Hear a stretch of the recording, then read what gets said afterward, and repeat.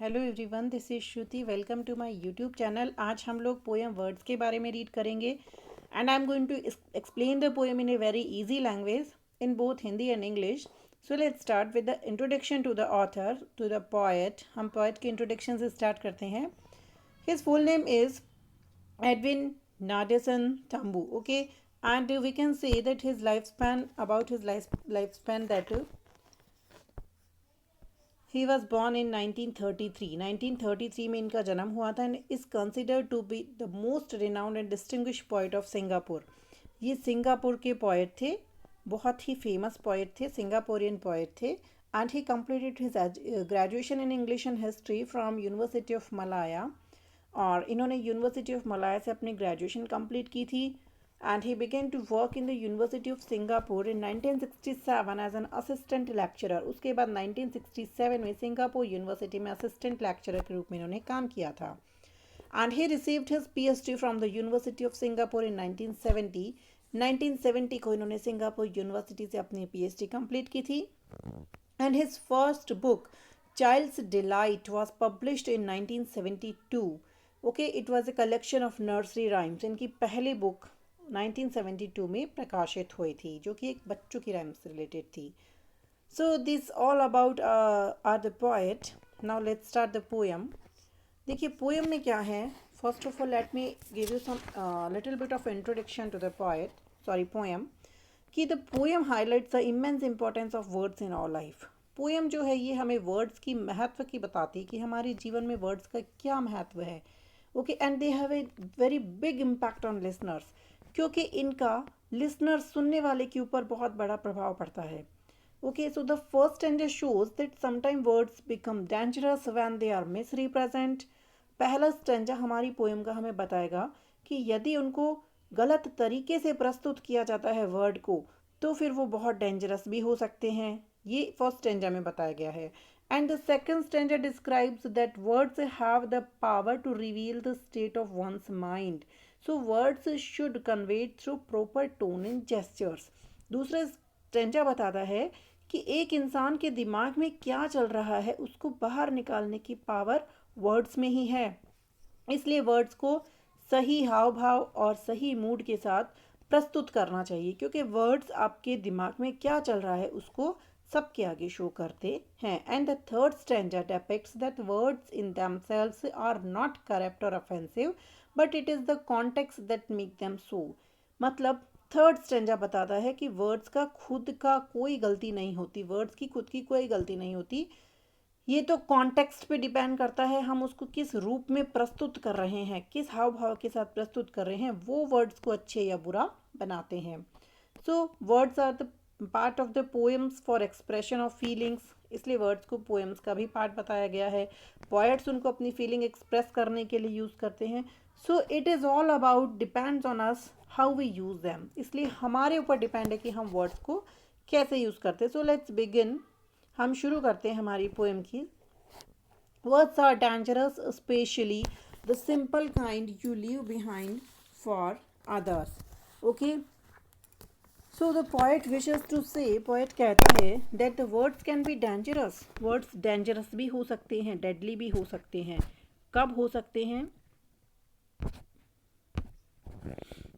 Specially तब हो सकते हैं, especially those words which you speak for others when they are not present before you. Leave behind का मतलब है कि when someone is not present before you, कोई आपके सामने नहीं है और आप उसके बारे में कोई बात कर रहे हो किसी और के सामने, ठीक है, for others। तो आप किसी और के सामने, जैसे आप हो, आप किसी और को कोई बात बोल रहे हो तीसरे इंसान के लिए, तो आपने तो इसको जो बात बोली it is in a simple way, लेकिन ये इस बात को किस तरह से मिस रिप्रेजेंट करके तीसरे को बोलता है, तो ये इसके लिए जब इसको कुछ उसमें ऐड करके अपनी तरफ से गलत इंटेंशन के, गलत इरादे के साथ इसको बताएगा, तो वर्ड्स कैसे हो सकते हैं? वर्ड्स कैन बी डेंजरस हो सकते हैं। आपने तो बड़ा सिंपल वे में कहा, लेकिन ये अपने अलग अलग हाव भाव से इसको जब प्रेजेंट करेगा तो वो उनको डेंजरस बना देगा। बिकॉज ओके, एक minute, for undesirable relatives and assorted purposes. Assorted का मतलब होता है स्पेसिफिक, अपने स्पेशल पर्पसेस के लिए वो लोग यूज़ करेंगे। अनडिज़ायरेबल का मतलब होता है कि आपके जो अनफेवरेबल रिलेटिव्स होते हैं,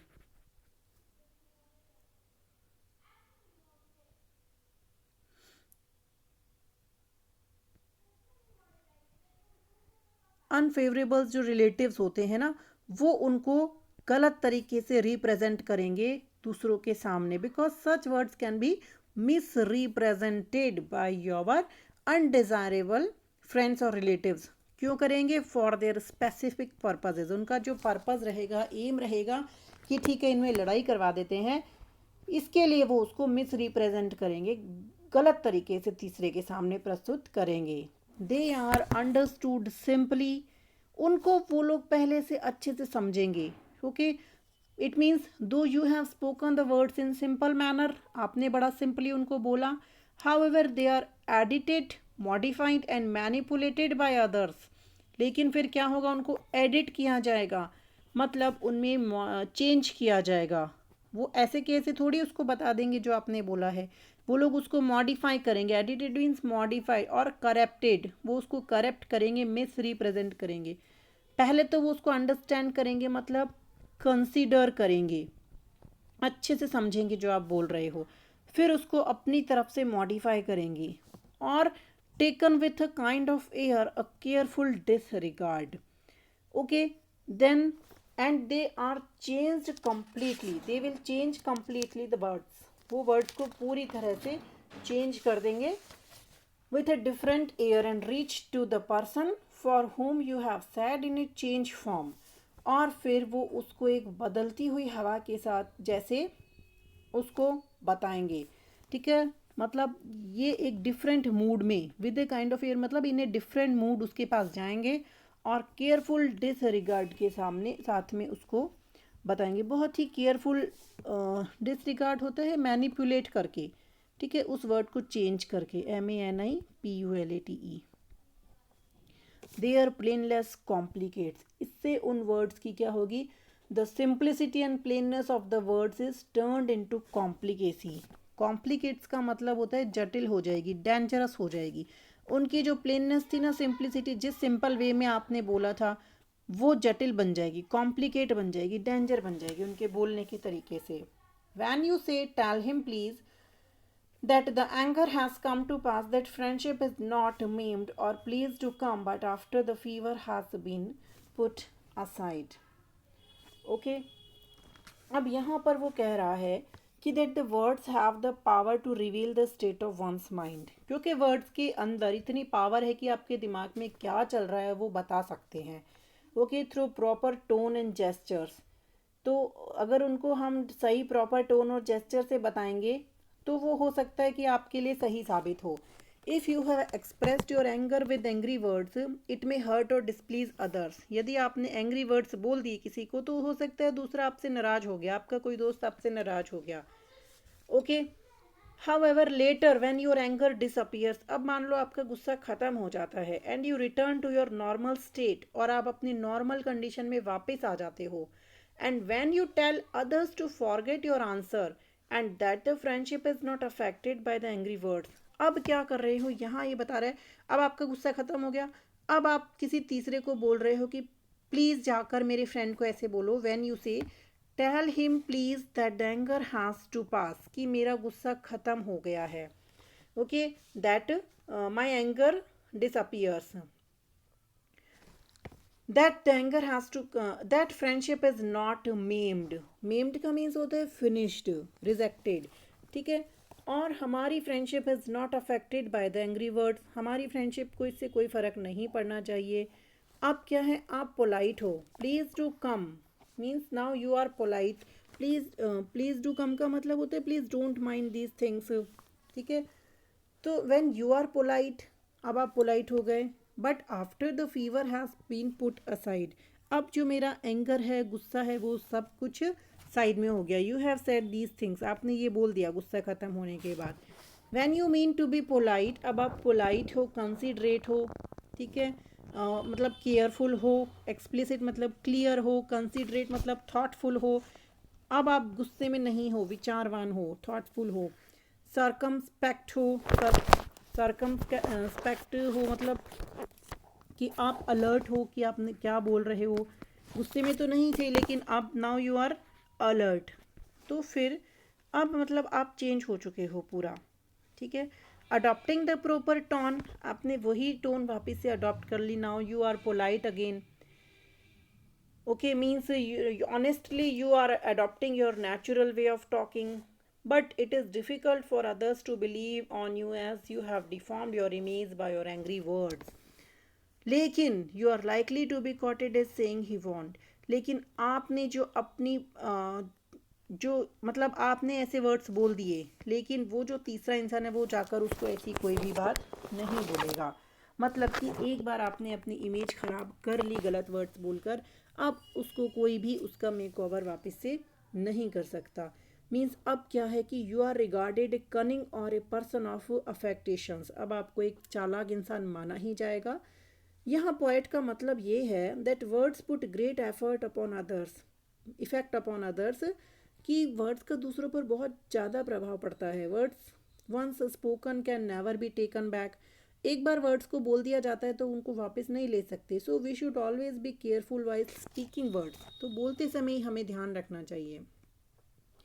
अब आगे वो क्या कहता है, words are neither valid, merciful nor bad in themselves, nothing unless used urged. यहाँ पर पॉइंट कह रहा है कि वर्ड्स जो है ये अपने आप में वैलिड का मतलब है लीगल, लीगल नहीं होते, लीगल या इलीगल नहीं होते, ठीक है। Means point says that words are simply words, वो सिंपली वर्ड्स होते हैं। They are neither valid nor merciful nor bad और नॉर गुड, वो ना तो पिटीफुल होते हैं, दया से भरे होते हैं, ना ही बुरे होते हैं, ना अपने आप में उनकी कोई वैल्यू होती है।